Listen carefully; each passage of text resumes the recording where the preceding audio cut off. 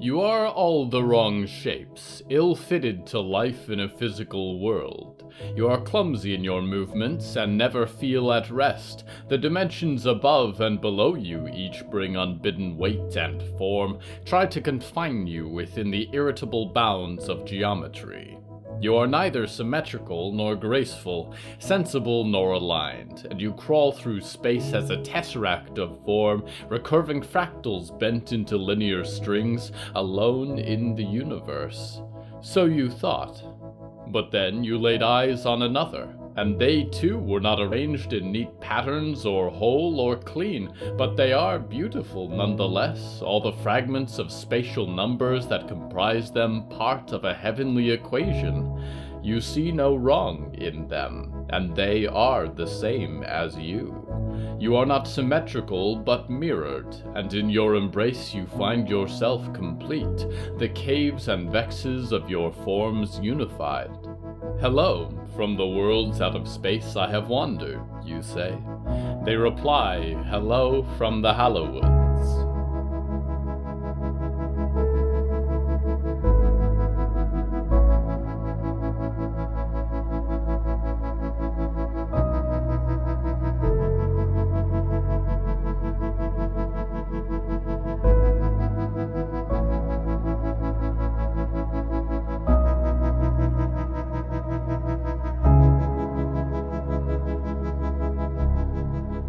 Right now, I'm standing beside a grackle.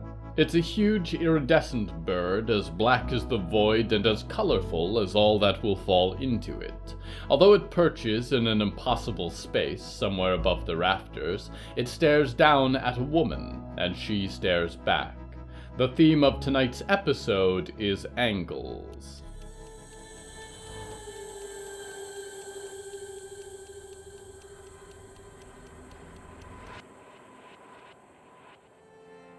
Violet's rocking chair had worn grooves across the floor of the Scout Post infirmary, and continued now to carve the boards near the back corner bed where Byrne lay.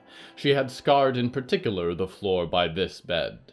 There was the incident in which Byrne had been shot in the shoulder by an early-year warband, she had been stabbed with a frogland spear coated with something toxic, and she had fallen down a rampart while doing shingle repairs one summer.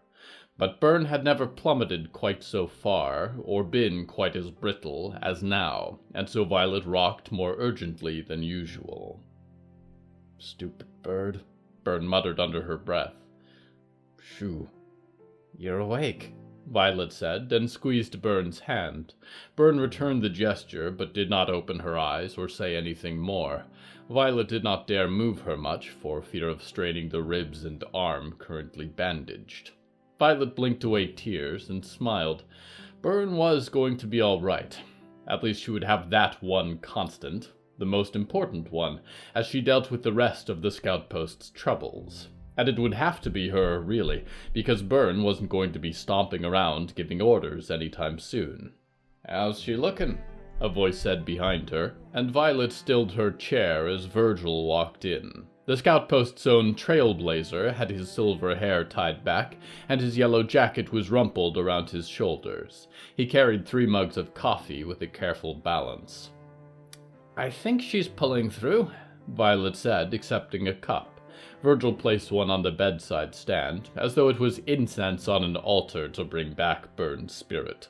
Good," Virgil said, and pulled up a chair, careful not to disturb the other scouts sleeping in the curtained partitions beyond. The collapse of the Lurch Lake Gate had not been without a host of injuries. "How are things looking out there?" Violet said. Virgil was quiet for a moment, staring at the floorboards. "That bad, huh?" Violet said. "Not that bad," Virgil said, and rubbed at his crooked gray eyebrows. The spurs on his boots jingled a little on the floor.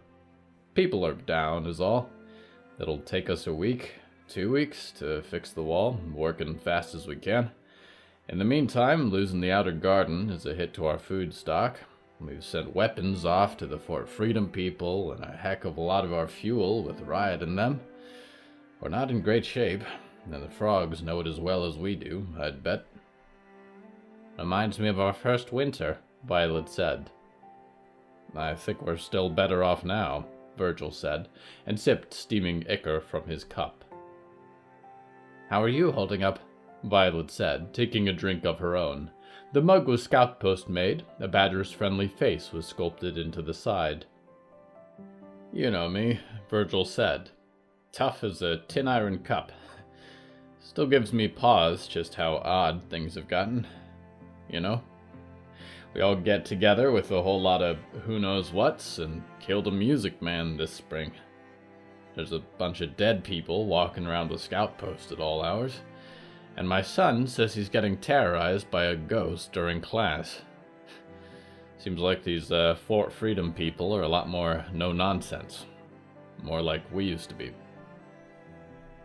Do you think they're bringing that muscle they promised? Violet said. If they'd only been here yesterday.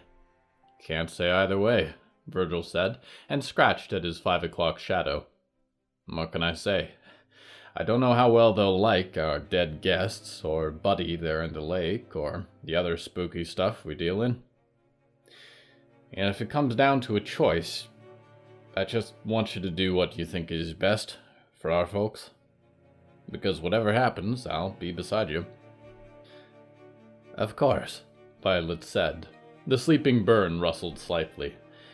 These Mendes have been helping make things easier, I think, where they can. But I wonder... There was a ringing then from outside, a familiar sound that Violet had begun to dread. Not again, she whispered. That's our cue, Virgil sighed, rolling out of the chair to his feet and depositing his cup before dashing for the door. Violet gave Byrne a quick kiss on the forehead. Stay safe, Bernie Bear, she whispered, and followed for the door. It could be the return of the Froglins here for a final invasion, she thought. She did not dare to hope it was Fort Freedom.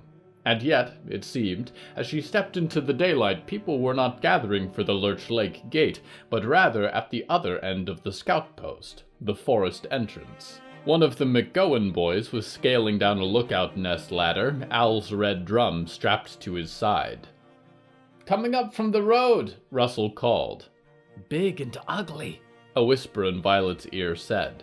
Here in a minute, Russell continued. 1,000,000 billion teeth, Al said. It's Big Mikey, Russell finished. A mixture of emotions found their way through Violet.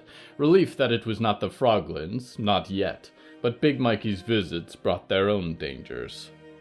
Thank you, both, she called. I want combat scouts at ready.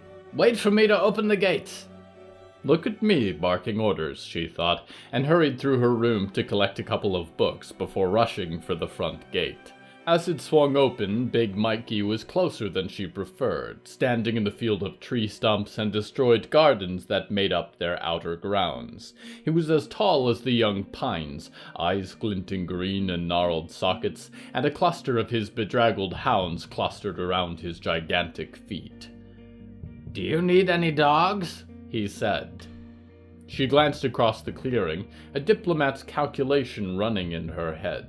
Each step towards the chaos of this place was a step away from the life they'd known, and possibly away from their new allies. And yet, who had been there for them this far? Hadn't they come to this far northern place, horizons distant from their own lives, to build something of their own? A home, whatever we want it to be.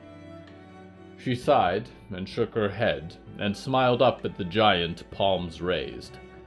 Big Mikey, I think we're going to need more than dogs.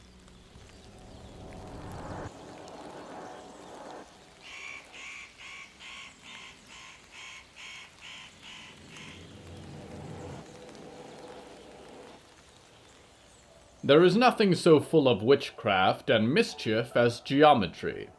Indeed, some of the first to be known as witches among you were simply gifted mathematicians, who by equation and elaborate chalk diagram could find the weak points in reality, the conjunctions of its solid planes, and step through the corners. This did not make them popular at school, but it did open up doors in the study of arcane science, and you see these principles in effect across the Hallowoods, in the doorways that do not open to their intended destinations, in those who seem to appear one moment and are gone the next, and even in the landscape, for the shuddering peaks of the northmost woods are geographically improbable. Mountains cannot move. Forests cannot stretch out across wetland and deep Arctic Ocean. And yet, with math, all things are possible. We go now to one who knows this kind of math well.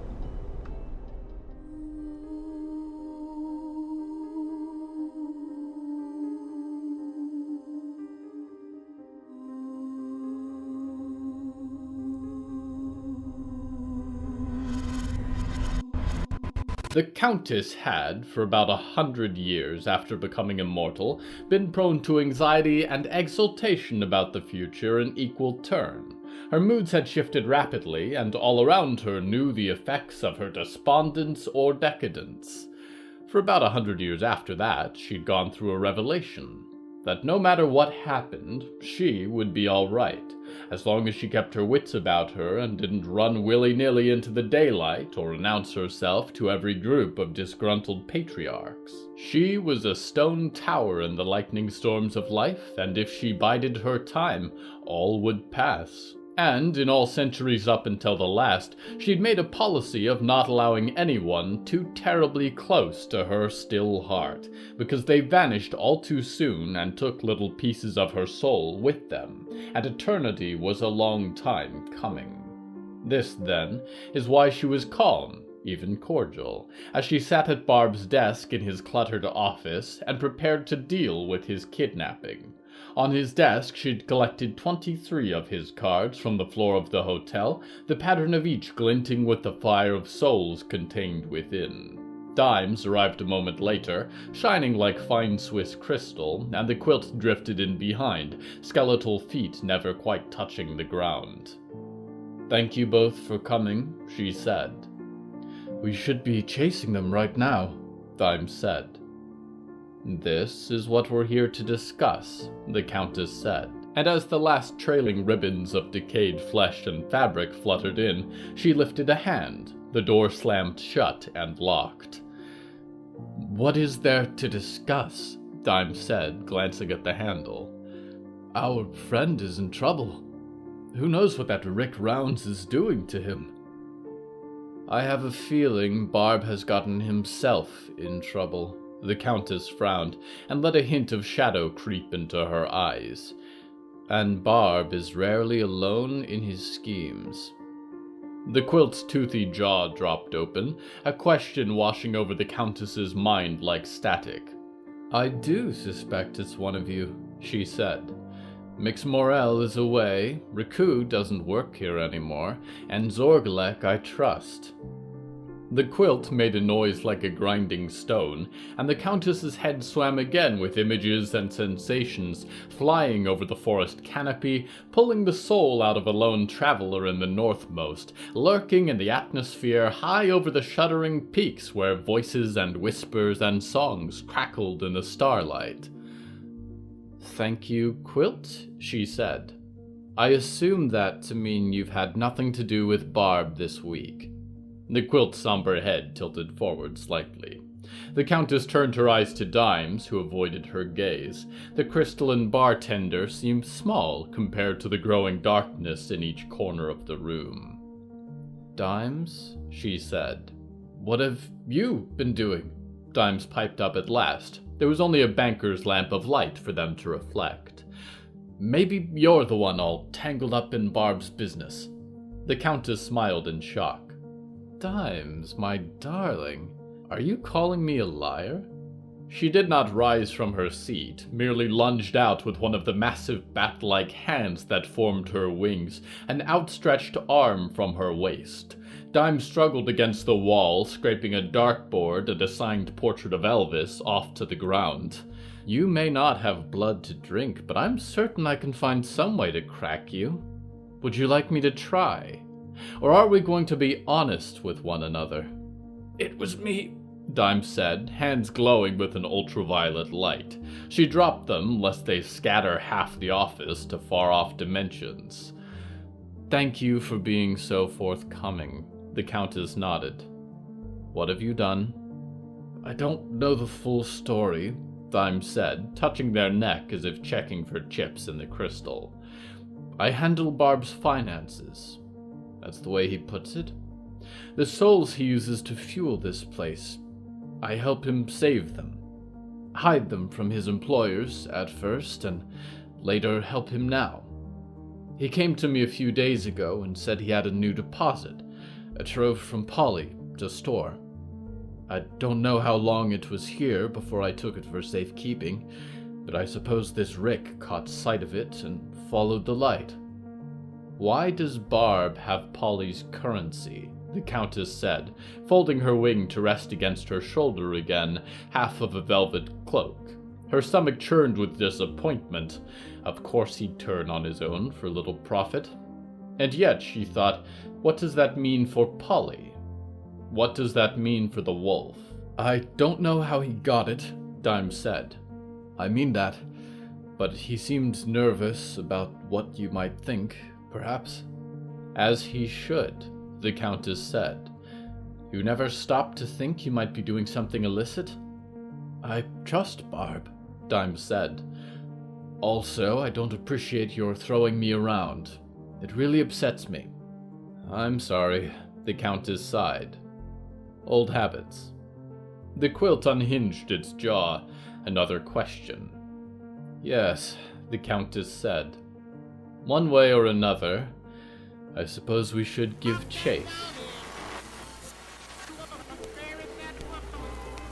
Welcome back to Marketing with Lady Ethel Mallory.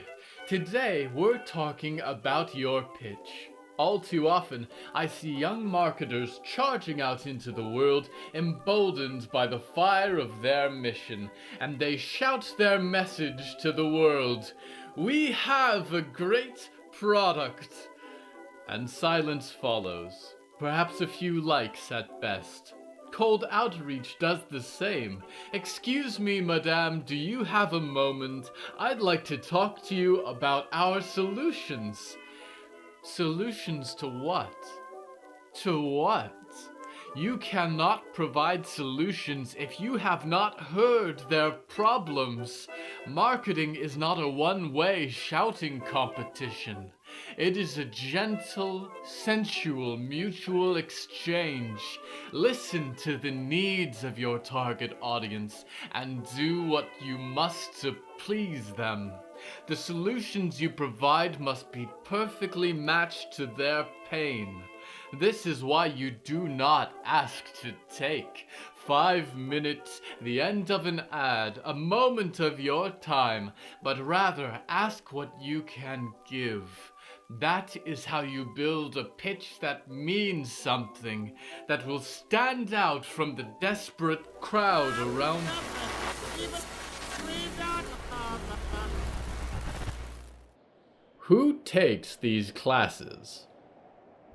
Whoever is sitting out there in the Botulus Corporation's marketing department listening to this kind of programming, you have my condolences. How did they pitch becoming a marketer to you, I wonder?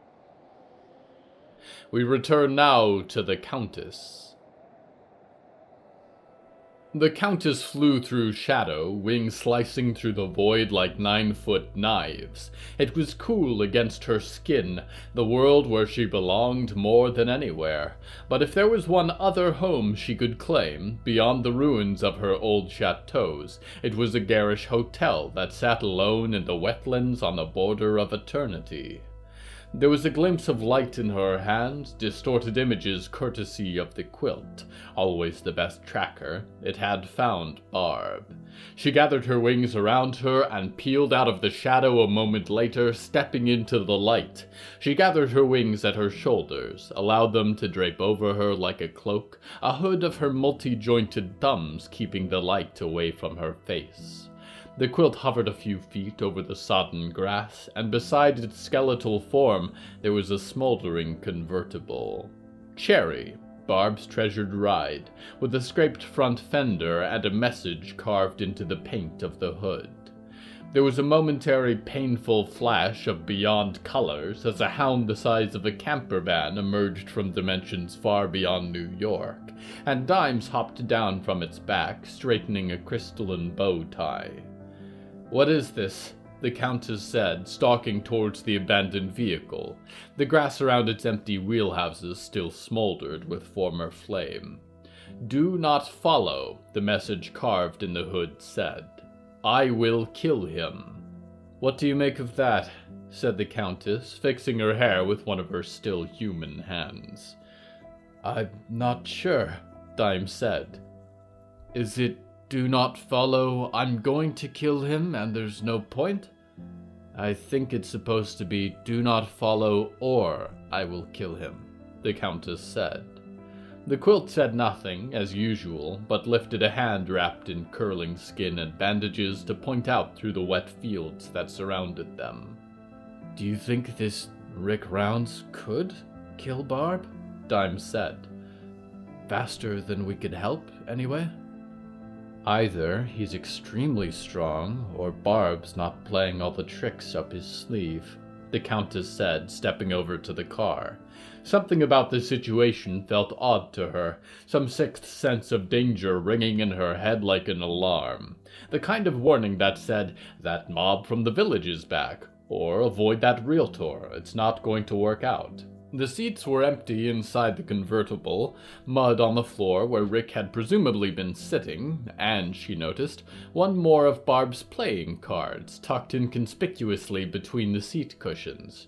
She pulled it from the crevice and held it in her hands. It glimmered in the light, curling orange and red patterns on one side, and an elaborate king of spades on the other. The quilt still had its arm lifted up to the horizon, pointing like an omen of death, and Dimes paced over, crystal feet on wet grass. "What are you thinking, Countess?" "It doesn't make sense to me," the Countess said. "I could believe Barb would let harm come to everyone else, but to Cherry, he loves this car. I'm not sure." A realization came to her then, and she felt as sick as she had at her first meal, felt weak in her knees. "Oh, God." Dimes stepped over, and she accepted a cold hand while she steadied herself. She should be kinder, she thought. There might be no thoughts inside the traveler's glass head, but they meant well. Barb, on the other hand. "He's doing this," she said. "It's a con." "What do you mean?" Dimes said. "You said you've got Polly's hoard hidden away," she said. "At Barb's request. The same kind of stuff he spent his life scrounging for. It works out awfully well for Barb if there's no more Polly to withdraw, doesn't it?" "He wouldn't lie to us like this," Dimes said, a reflection of concern on their face. "To others, maybe. But not to us. He's not that cruel." She turned to look at Dimes, searching for any wisdom they possessed that would make that true, and found none. "I think you'd be surprised, Dimes, how cruel scavengers can be." "It's not true," Dimes said. "You may be a heartless old bat, but Barb cares about us, and even about Polly and the rest, I think. Don't you?"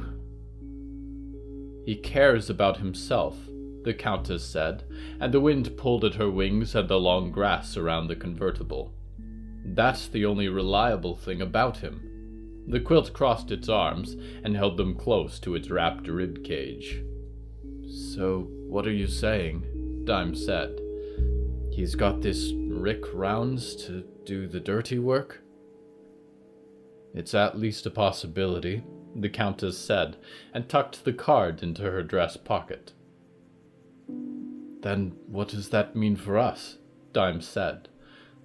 "I don't want anyone to get hurt, but also, the resting place needs what Barb brought." "What?" the Countess said, looking from the misty horizon to Dimes. What did you say? Barb goes through his fire fast, Dimes said, and glanced at the smoldering convertible, the dice hanging from the rearview mirror clinking in the breeze. Cars and music and lights and whiskey and mint. His original store, it was enough for a while, but it's been running lower every year. What he brought from Polly, it will keep the hotel alive. Keep us alive. You didn't think to mention that earlier? The Countess said, the cloak of her wings flaring. It was a secret? Dimes said, a hollow glint in their eyes. Nobody was supposed to know. He didn't want you to worry. The Countess hissed and turned away from them both, and put a hand of long red nails to her temples. Somewhere beyond the bent trees, Barb had to be lurching through the fields, leading the strong-armed killer on towards Apollyon. If we warn Polly, Dimes said, do you think he would understand? Or would he try to hurt Barb? If he comes after his trove, he'll come after me. I don't know how well we'll do with Rick rounds, but that Starwolf of theirs, she could tear Barb in half. Yes, she could, the Countess said. Barb, why do you have to make things so difficult for all of us, she thought. But then again, she had witnessed storms before. Lightning and thunder and war and ruin raging on all sides. She had stepped out in the early years, yes, tried to keep the wind from blowing, the time from passing, the water from falling out of the sky. And in time, she had learned. Whatever this is now, she said, it is Barb's own fate. If this is a ruse of his, he is welcome to the consequences. I will not step into the middle of this. If it isn't, Dimes said, if he's really in danger. Then, the Countess said, and unfolded her wings and called the void shadow around her. It is danger he deserves.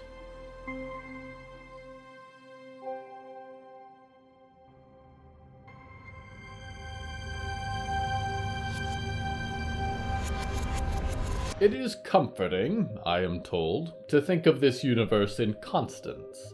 Time is solid, space is solid, irreversible. This may be true within the confines of your world if you squint, but time and its passage are inconsistent from place to place, affected by gravity of all things. Likewise, space is full of holes and secret tunnels, recurving points and impassable barriers. On a massive scale, black holes tear through the fabric and pull into other planes and realms. But likewise, there are little travesties of geometry, odd angles, doors that open to the wrong places. The doors of the Moormire lead to other entrances, and there are a few pieces of cabinetry that open to Merrilmar's world, and some, such as the Countess or ascended scientists of Zizix's, have been given wings that warp shadows and float upon the void. How inconvenient it all must be. I simply think of a place, and behold, my eye is open upon it. However, I am not so affected by the dangers that dwell on the other side of the door. To any who travel beyond the distances expected of their own 2 feet, be careful, for the space out of space can never be trusted. We go now to one who has returned from one such realm.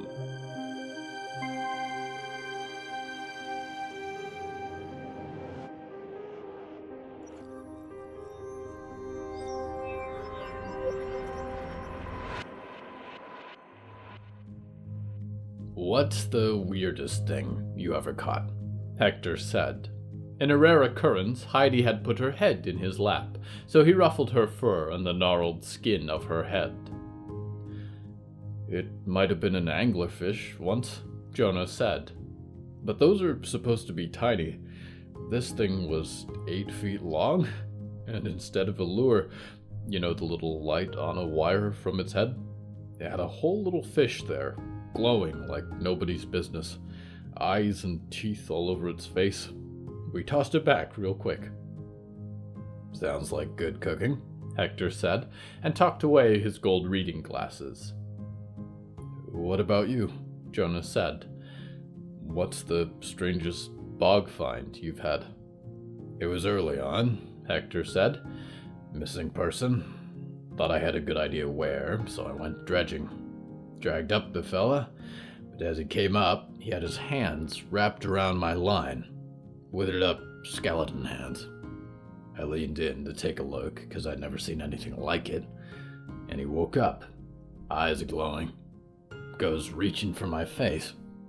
I didn't have any kind of weapon next to me, just a salvage bag, so I grabbed this butter knife, and bam, he fell asleep. Dropped right back in the lake. I couldn't believe it, but it was a good knife. Real silver. I keep one in my kit ever since. You ever get grossed out by your job? Jonah said. Not too much nowadays, Hector said. You get too bogged down with the details, and you'll go crazy trying to make sense of it all. Speaking of which, now that you're up, want to explain to me what happened? I'll be honest, Jonah said. I don't think that was like Curse of the Forest passing out. I think that was me, Jonah, passing out. What were you saying? Hector said. Leave now, little dear. Something like that. I have no idea, Jonah sighed. Did I really scare away a night god? I don't want to alarm you now, Hector said, but it was more like you ordered it away. Jonah groaned and lay back in the bed. Hector was glad to be in their own room. The infirmary provided so little privacy. Seems useful, considering our predicament, Hector said. Useful? Jonah said. I almost died, and you think that's useful? Didn't mean it like that, Hector said. I'm glad you're all right, Jones. Good job getting us out of that. Thanks, Jonah sighed. I'll be back on my feet soon, I think. Just a little rest. Is everyone okay? We lost 2, Hector said. Beneath the gate. Burns hurt, but okay. Wall still smashed to heck. And some big, just huge creatures been invited in, apparently. Same one that was there at the Instrumentalist. Big Mikey? Jonah said. Big Mikey is here? Sitting in front of the broken gate right now, Hector said. Seems like they're hoping he'll scare the frogs away, keeping him occupied with books by the looks of it. Sounds like as good a bet as any, Jonah said. Hector glanced away, then pulled the covers up to Jonah's chin and kissed his forehead. Get some rest, he said. Jonah closed his eyes and smiled. Good night, Heck. Hector brushed a gray curl from Jonah's face. It's barely afternoon, but good night. He left quietly and offered to take the dogs out, but Jackie remained laying by the foot of the bed. All right, he thought. You keep an eye on him for me. Emotions ran like heartburn through his chest as he walked out into the scout post courtyard, Heidi following along at his heels. He wanted to hold the man tight, never let him go, but it was a dangerous feeling, he knew. People who felt that way weren't rational, made bad survival choices, and all too often still lost in the end. And that's why I've got to make sure that won't happen, he thought. He made his way for the pile of rubble that had once been a gate looking out on Lurch Lake. Large doors and pine beams and sheet metal lay splintered. Scaffolds were already starting to go up, a desperate attempt to get some kind of barrier between their homes and the forest beyond. He glanced over at his motorcycle in the gravel lot. He didn't have to. he knew. For the briefest of moments, he thought about how easy it would be to climb aboard. Heidi would hop in the sidecar, and he would turn the keys, and the engine would roar to life, and he'd feel the rumble beneath him as he began to ride. For a few seconds, he'd watch the scout post fall away, and feel remorse for the man, the dog, the people here. But then it would be pine boughs, and the little dirt trail picking its way back to the northern artery, and then it would be south all summer.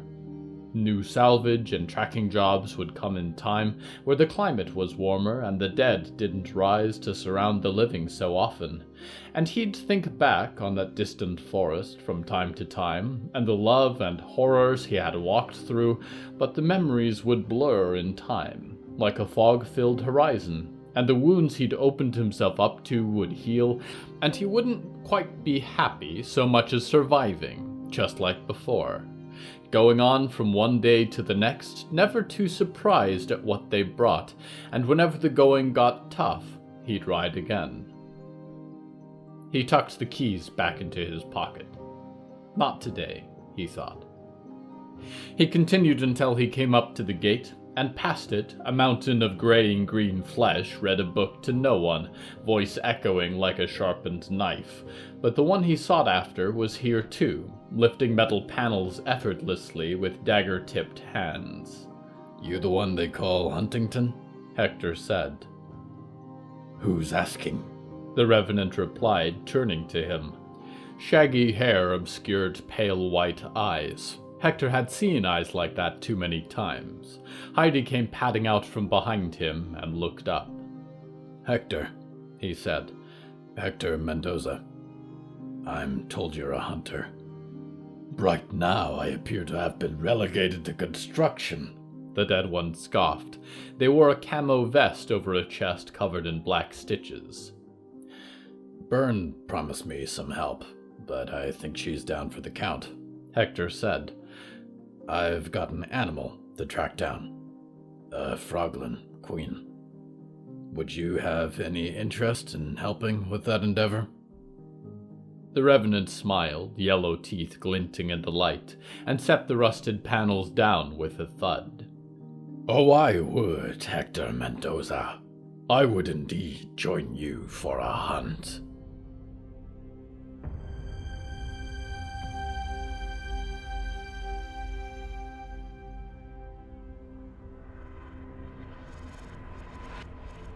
Angles. It is for each of us to decide in which direction we will approach this life. I would reflect on what a miracle it is that you and I are both here in this universe at the same time, but honestly, I was here before your planet and will likely be here until it is gone. It is not that special. Still, you could have been one of the stony ancients in their asteroid citadels, or whatever will come after. For I will one day no longer look upon this universe. Even life indescribable comes to an end. We, like you, are still wondering why. What is the point of the life we have been given? How do we come to peace with the end where the line of our experience intersects with oblivion? For me, life is a story. And if I am lucky, the echoes of my voice telling stories about you will outlive me. Talking until there is no one left to listen, watching until there is nothing left to see. I am your loyal host, Nicky Nick, waiting in rose petals for your return to the Hallowoods.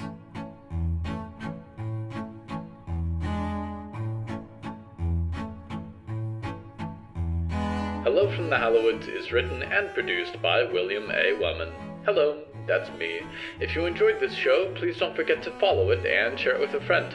The bonus story that goes with this episode is called Flipped, and is available on the show's Patreon at patreon.com/Hallowoods.